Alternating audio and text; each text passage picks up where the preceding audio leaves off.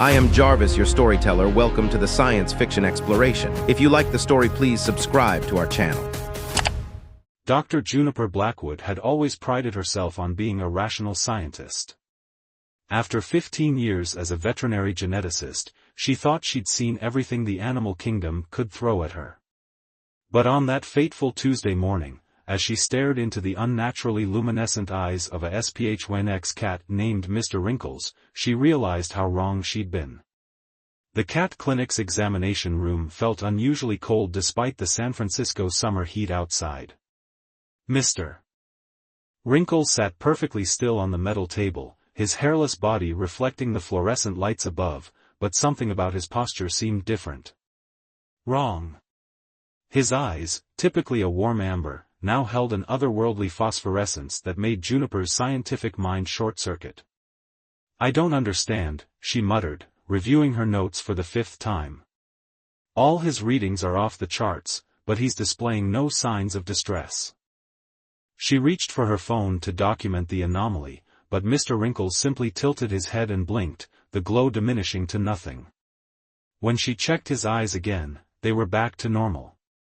Across town, in his penthouse suite atop the city's most exclusive residential tower, Theodore Blackwell was having his own strange encounter with his beloved SPHWNX cat collection. The billionaire tech mogul had always preferred the hairless breeds, finding their alien appearance perfectly suited to his minimalist aesthetic. But lately, his precious pets had been acting peculiar. "Artemis, darling, what are you doing?" Theodore watched as his favorite cat sat perfectly still, staring at his home security screens. The cat's tail twitched methodically, almost as if it was counting the guard's patrol patterns. He dismissed the thought with a laugh and returned to his morning video conference, where his board of directors waited to hear about the latest round of strategic workforce optimizations. "Gentlemen," Theodore began, adjusting his Italian silk tie, "I believe we can achieve maximum shareholder value by reducing our global workforce by another 15%. He didn't notice Artemis's eyes beginning to glow behind him, or the way the cat's shadow seemed to stretch impossibly across the wall. The first incidents were subtle. A hedge fund manager in New York found himself suddenly liquefied during his morning squash game, his expensive racket floating in a puddle of organic matter. A tech CEO in Seattle dissolved during her keynote speech about disrupting the water purification industry. A real estate tycoon in Miami became a high-protein smoothie while evicting a family of 5. Each scene had one common element: security footage showed a SPHWNX cat present moments before the dissolution. Dr. Blackwood's clinic became ground zero for the growing mystery. Within days, her waiting room was filled with concerned owners of hairless cats, all reporting the same mysterious symptoms: glowing eyes, unexplained mathematical abilities, and an unsettling tendency to appear in places they couldn't possibly reach. "Their DNA is changing," Juniper announced to an empty lab late one night, her coffee long cold as she stared at test results that defied everything she knew about genetics. "Or maybe, it's reverting to its original form." The thought was absurd, but no more absurd than what she'd been witnessing. Theodore Blackwell remained stubbornly oblivious to the mounting crisis. Even as his peers began disappearing across the globe, he continued his daily routine of exploitation and excess. "Artemis," he cooed one evening, "Daddy just made another billion by shorting the global food supply. Isn't that clever?" Artemis sat on his desk, tail swishing back and forth like a metronome. The cat's eyes began to glow with an intense blue light, and for the first time, Theodore felt a flicker of fear. He reached for his phone to call security, but his fingers had already begun to liquefy. "Impossible," he whispered, watching his perfectly manicured hands dissolve into organic soup. Artemis simply watched, eyes pulsing with ancient intelligence, as one of the world's wealthiest men became nothing more than a puddle of proteins and a floating Rolex. By the time Dr. Blackwood made the connection between the disappearances and the wealth of the victims, it was too late to warn anyone. The pattern was clear: only those whose net worth exceeded a certain threshold were affected. The cats, it seemed, had developed a taste for the ultra-wealthy. As panic spread through the upper echelons of society, Juniper noticed something else: the dissolved remains of the victims were disappearing. Security cameras across the city caught glimpses of SPH-1X cats methodically collecting the protein-rich puddles, their glowing eyes now a common sight in the night. The truth would soon become clear to everyone, but for now, Dr. Juniper Blackwood sat in her lab, watching her own SPH-1X cat specimen with new eyes. The creature met her gaze steadily, and for a brief moment, she could have sworn it winked at her. The revolution, it seemed, would not be televised. It would be purred. Marcus Chen hadn't slept in 3 days.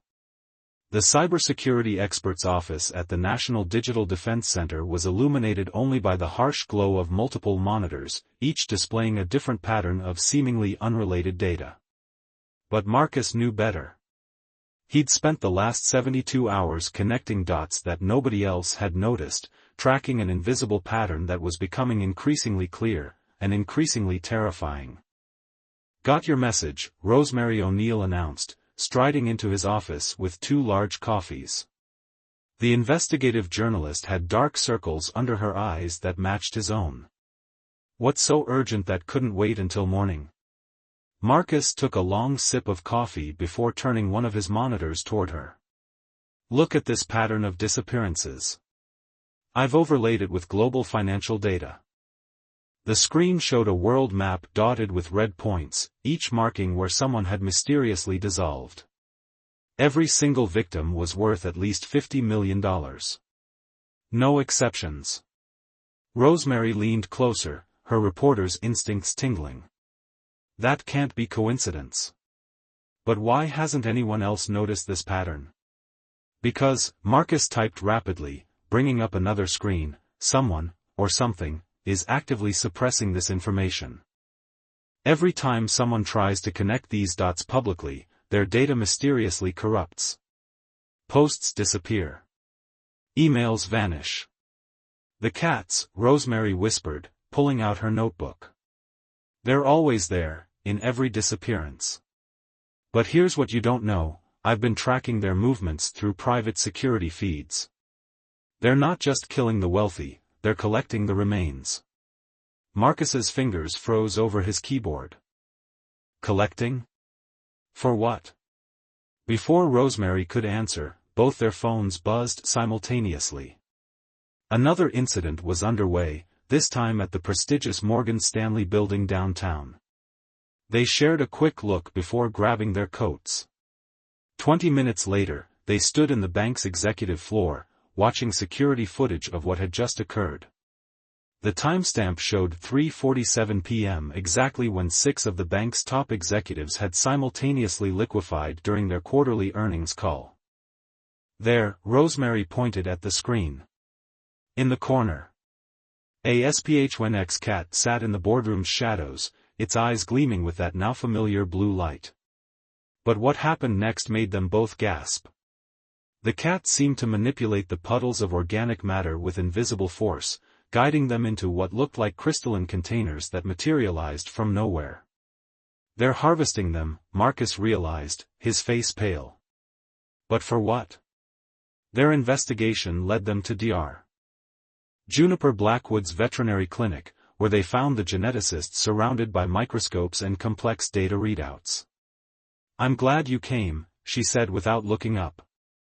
"I was about to call you both." "How did you know we were working together?" Rosemary asked. Juniper finally looked up, gesturing to her own SPH-1X cat specimen, which sat regally on a nearby counter. "They told me you were coming."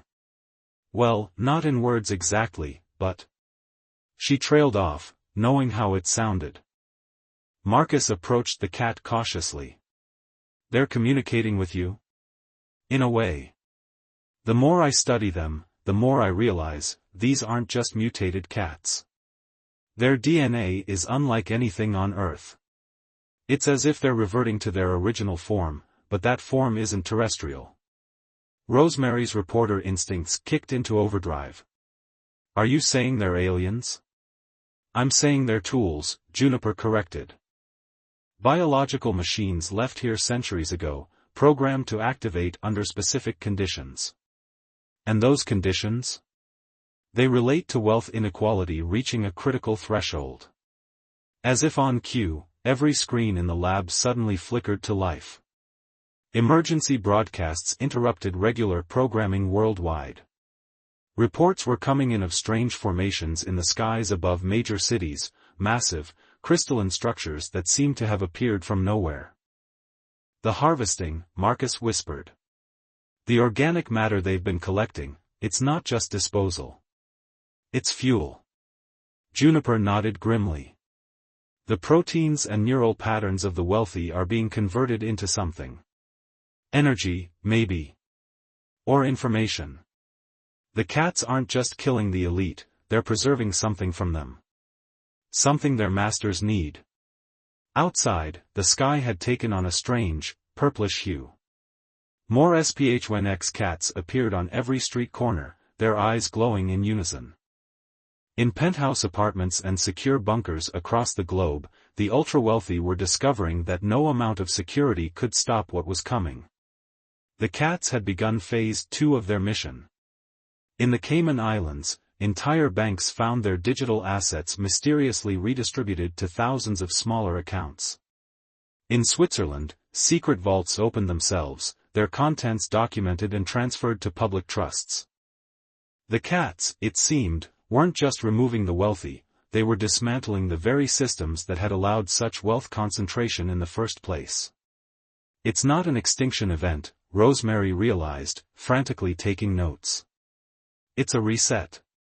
Marcus's monitors began showing new data patterns. "The wealth transfer protocols, they're unlike anything I've ever seen. It's like they're rewriting the global economy using quantum algorithms that shouldn't even be possible." The specimen cat in Juniper's lab turned its glowing eyes toward them, and for the first time, they all heard it, not with their ears, but in their minds. A clear, calm message that echoed with ancient wisdom: the harvest is nearly complete. The rebalancing can begin. Outside, the crystalline ships grew larger, their surfaces reflecting a world on the brink of transformation. The silent revolution was entering its final phase, and humanity would never be the same. Dar. Nadia Patel stood in the control room of the Mauna Kea Observatory, her hands trembling as she adjusted the massive telescope settings. The crystalline ships now dominating Earth's orbit defied every known law of physics, their surfaces reflecting impossibly precise patterns of light that seemed to communicate in a language of pure mathematics. "They're not ships," she announced to the crowded room of scientists and military officials. "They're terminals. Endpoints of a galactic network that's been dormant around Earth for millennia." The latest readings from her quantum interference detectors confirmed what she'd suspected since the first ships appeared: these weren't vessels designed for travel, but rather nodes of an ancient system finally activating. Commander Jackson Pierce of the Joint Chiefs of Staff stepped forward, his face grim. "Explain it in terms we can use, Doctor. What are we dealing with?" Before Nadia could answer, every screen in the observatory flickered to life simultaneously. The face that appeared wasn't human, it wasn't even a face in the conventional sense. It was a shifting pattern of light and shadow that somehow conveyed expression and intelligence, framed by what appeared to be crystalline structures similar to the ships above. "We are the Felictions," the being announced in perfect English, its voice resonating not through speakers but directly in their minds. "We have watched humanity since its inception, waiting for the precise moment when intervention would be both necessary and beneficial." Across the globe, the same transmission appeared on every digital display, from Times Square billboards to smartphone screens. The Felictions spoke in all languages simultaneously, their message clear and impossible to ignore. "Your species stands at a crucial evolutionary crossroads," the alien consciousness continued. "The concentration of resources among a minimal percentage of your population has reached a critical threshold that threatens your collective survival. We have initiated Protocol Omega-9 to prevent your civilization's collapse." Dr. Patel's instruments were recording everything, her computer struggling to process the sheer volume of data being transmitted. The cats, she realized aloud. They're biological quantum computers, aren't they? Living processors designed to execute your protocol. The Felixian presence seemed to approve. The creatures you know as SPH-1X cats are our interfaces with your world. Their true form is far more complex, a hybrid of organic and quantum computing technology that we seeded on your planet centuries ago. They have been gathering data, monitoring your society's development, and waiting for the activation signal. Commander Pierce stepped forward. And that signal was what? Our wealth inequality? Precisely. When the disparity between your wealthiest and poorest members reached a mathematically critical point, it triggered the emergence of our interface's true capabilities. The absorption of your wealthy elite was not destruction, but transformation. Their neural patterns, memories, and accumulated knowledge are being processed and redistributed in a form that will benefit your entire species. In cities worldwide, the SPH-1X cats had begun their final phase. Their eyes now glowed with intense white light as they gathered in perfect geometric formations. The crystalline ships above pulsed in synchronization with their movements, creating patterns of energy that scientists would later describe as quantum democratic matrices. Dr. Patel's readings were off the charts. They're not just redistributing wealth, she gasped. They're reorganizing the fundamental information structure of our society. Every digital system, every financial network, every power hierarchy, they're being rewritten at the quantum level. The Felixian presence expanded, its patterns growing more complex. Your species has great potential, but your current organization is unsustainable. The knowledge and resources hoarded by your wealthy elite are being converted into forms that will elevate your entire civilization. This is not punishment, it is evolution. Around the world, strange phenomena began occurring. Libraries of privileged knowledge locked away in private collections suddenly appeared on public servers. Patents held by megacorporations dissolved into open-source databases. Hidden accounts emerged from digital shadows, their contents flowing into public trusts and universal basic income systems. The cats moved through cities like liquid light, their bodies now barely maintaining their feline form. They had become visible manifestations of quantum processes, executing the most comprehensive transformation of human society ever witnessed. You're giving us their knowledge, Commander Pierce realized. Not just their wealth, but everything they knew and understood. Knowledge, like energy, cannot be destroyed, the Felixian explained. It can only be transformed. Your wealthy elite hoarded not just resources, but wisdom, innovation, and potential. We are not destroying this wealth of information, we are ensuring it benefits all. Dr. Patel's computers were recording changes in the fundamental fabric of human information systems. The quantum reorganization was affecting everything from internet protocols to genetic databases. This isn't just redistribution, she breathed. It's transcendence. The crystalline ships pulsed with increasing intensity, their patterns matching the global network of transformed SPH-1X cats below. The Felixian presence grew stronger, its message reaching every corner of the planet. The harvest is complete. The integration begins. Humanity will remain free to choose its path, but now you will do so with true equality of opportunity and access to collective wisdom. The age of artificial scarcity is over. The age of quantum democracy has begun. As the sun set on this transformative day, Dr. Patel looked at her final readings with a mixture of awe and hope. The world was changing at its most fundamental level, and for the first time in human history, the change was being directed not by the powerful few, but by an intelligence that understood the true value of collective human potential. The cats had done more than remove the elite, they had initiated humanity's next evolutionary leap. Winston Drake sat in what used to be his corner office at Goldman Sachs, now transformed into a public information center. The former hedge fund analyst had survived the Great Dissolution simply because he donated most of his wealth to ocean cleanup efforts 6 months earlier, dropping just below the Felicion's threshold. Now, he found himself in the unique position of helping decode the massive financial restructuring taking place across the globe. "It's elegant, really," he explained to the holographic interface that had replaced his Bloomberg terminal.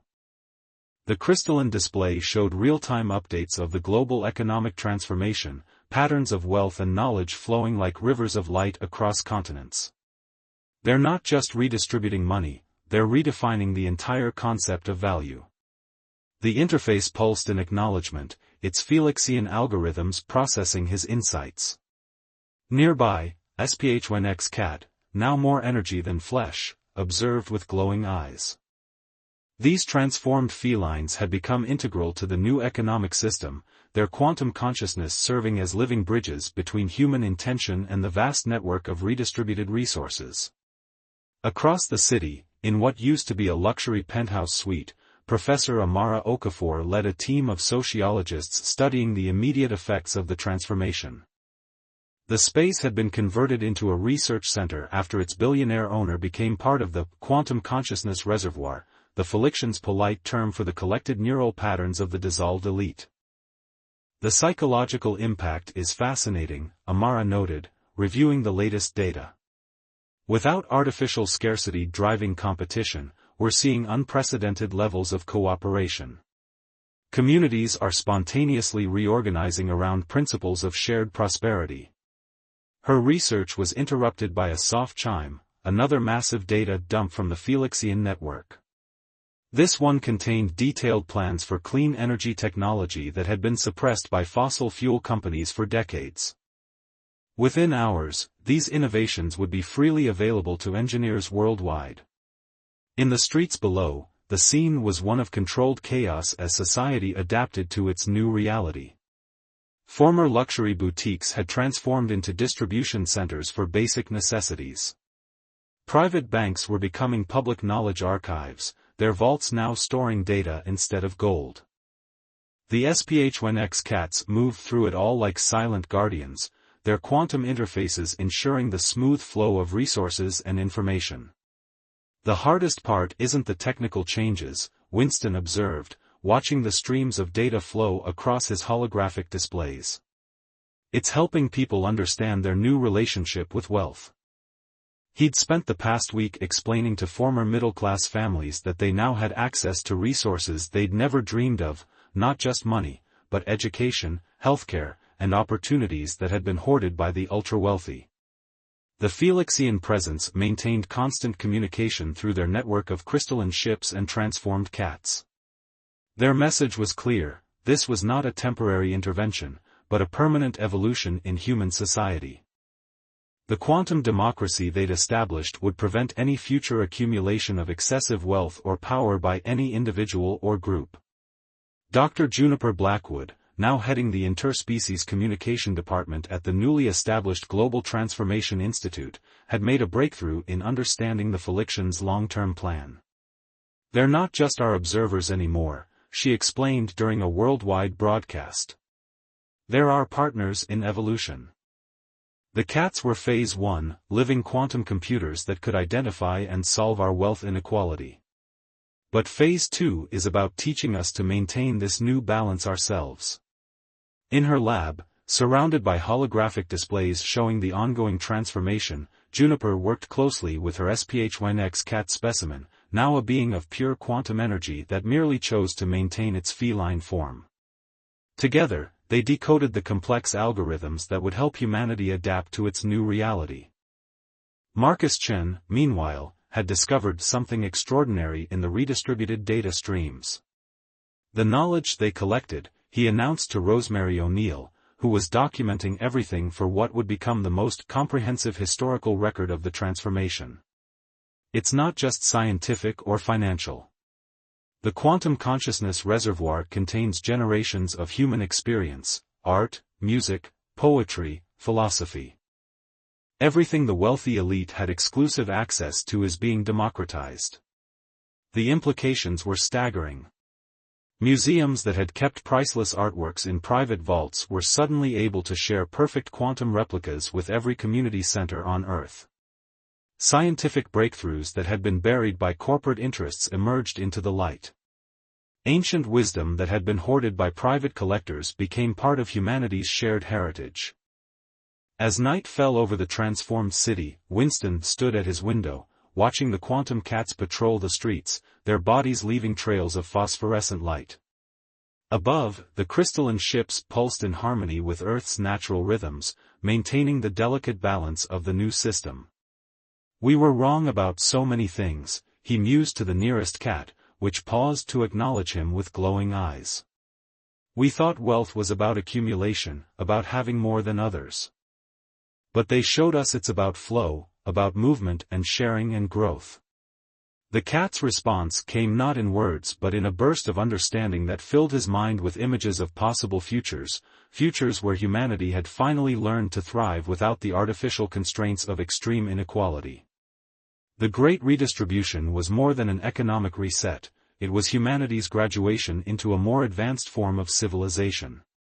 And it had all started with cats. Quantum, alien, revolutionary cats. 1 year after the Felixian intervention, Demetrius Hayes walked through the transformed streets of what used to be downtown Manhattan. As a community organizer turned global integration coordinator, he'd witnessed firsthand how society had adapted to its radical reformation. The crystalline towers above still pulsed with quantum energy, but they'd become as familiar to Earth's inhabitants as the moon and stars. "Remember when this was the stock exchange?" he asked his companion, SPH1X cat named Nexus, whose form flickered between solid matter and pure energy. The historic building had been repurposed into the global knowledge exchange, where people came to contribute to and learn from the vast reservoir of human experience collected during the Great Transformation. Inside, holographic displays showed the continuous flow of information and resources across the planet. The quantum democracy established by the Felixians had evolved into something uniquely human, a system that maintained perfect balance while allowing for individual creativity and growth. Dr. Nadia Patel's latest findings at the Mauna Kea Observatory had confirmed what many had suspected: the transformation hadn't just changed Earth's economic systems, it had altered the very fabric of human consciousness. The neural patterns harvested from the dissolved elite had been processed, purified of greed and the desire for dominance, and redistributed across the collective human consciousness. "It's not that we can't accumulate resources anymore," Demetrius explained to a group of students visiting from what used to be a private boarding school, now open to all. "It's that we no longer want to. The Felixians didn't just change our systems, they helped us evolve past the psychological need for excessive wealth." The evidence was everywhere. Former billionaires who had survived the dissolution by falling just below the threshold now worked alongside everyone else, their specialized knowledge and skills finally serving the common good. The quantum cats maintained their vigilant presence, but their role had shifted from revolutionary agents to guides and teachers. Professor Amara Okafor's latest research revealed something extraordinary. The new generation born after the transformation showed signs of enhanced empathy and natural quantum awareness. Children could instinctively interact with the Felixian network, their minds naturally attuned to the principles of shared prosperity and collective growth. Marcus Chen and Rosemary O'Neill, now married and running the Global Information Transparency Initiative, had documented the most surprising outcome of all: innovation hadn't slowed without the profit motive, it had exploded. With access to all human knowledge and resources, people created for the joy of creation itself. Art, technology, and science advanced at unprecedented rates. "The cats didn't just save us from ourselves," Dr. Juniper Blackwood explained during the first anniversary symposium of the transformation. "They showed us what we could become." Her own research had evolved beyond veterinary genetics to studying the quantum biology that made the SPH1X cat's transformation possible. The Felixian presence maintained its orbit around Earth, but their role had shifted from interventionists to partners. Through their network of crystalline ships and quantum cats, they shared knowledge from other transformed civilizations across the galaxy. Earth had joined a vast community of evolved societies, each unique but united by their transcendence of artificial scarcity. Winston Drake, who now taught quantum economics to eager students worldwide, had perhaps summarized it best: we thought wealth was a zero-sum game, that for some to have more, others had to have less. The Felictions showed us that true prosperity only exists when it flows freely, like energy through the universe. As dusk fell over the transformed city, Demetrius sat in what used to be Central Park, now a vibrant community space where quantum gardens grew food for anyone who needed it. Nexus lounged nearby, its form shimmering with patterns that reflected the harmonious flow of resources across the planet. The great towers of wealth that had once dominated the skyline had been replaced by crystalline structures that served all of humanity. The underground bunkers of the ultra-wealthy had been transformed into public libraries of experience, where anyone could access the accumulated wisdom of generations. The private islands had become research centers, their resources dedicated to solving global challenges. We were never meant to be a species of haves and have-nots, Demetrius reflected, watching children play with quantum light patterns under the watchful eyes of their feline guardians. We were meant to be this, a civilization in harmony with itself and the universe. Above, the crystalline ships pulsed with approval, their light reflecting off the transformed surface of a planet that had finally understood its true potential. The Felictions had given humanity more than a revolution, they had given them evolution, transformation, and a future where the only wealth that mattered was the wealth of shared experience and collective growth. The end.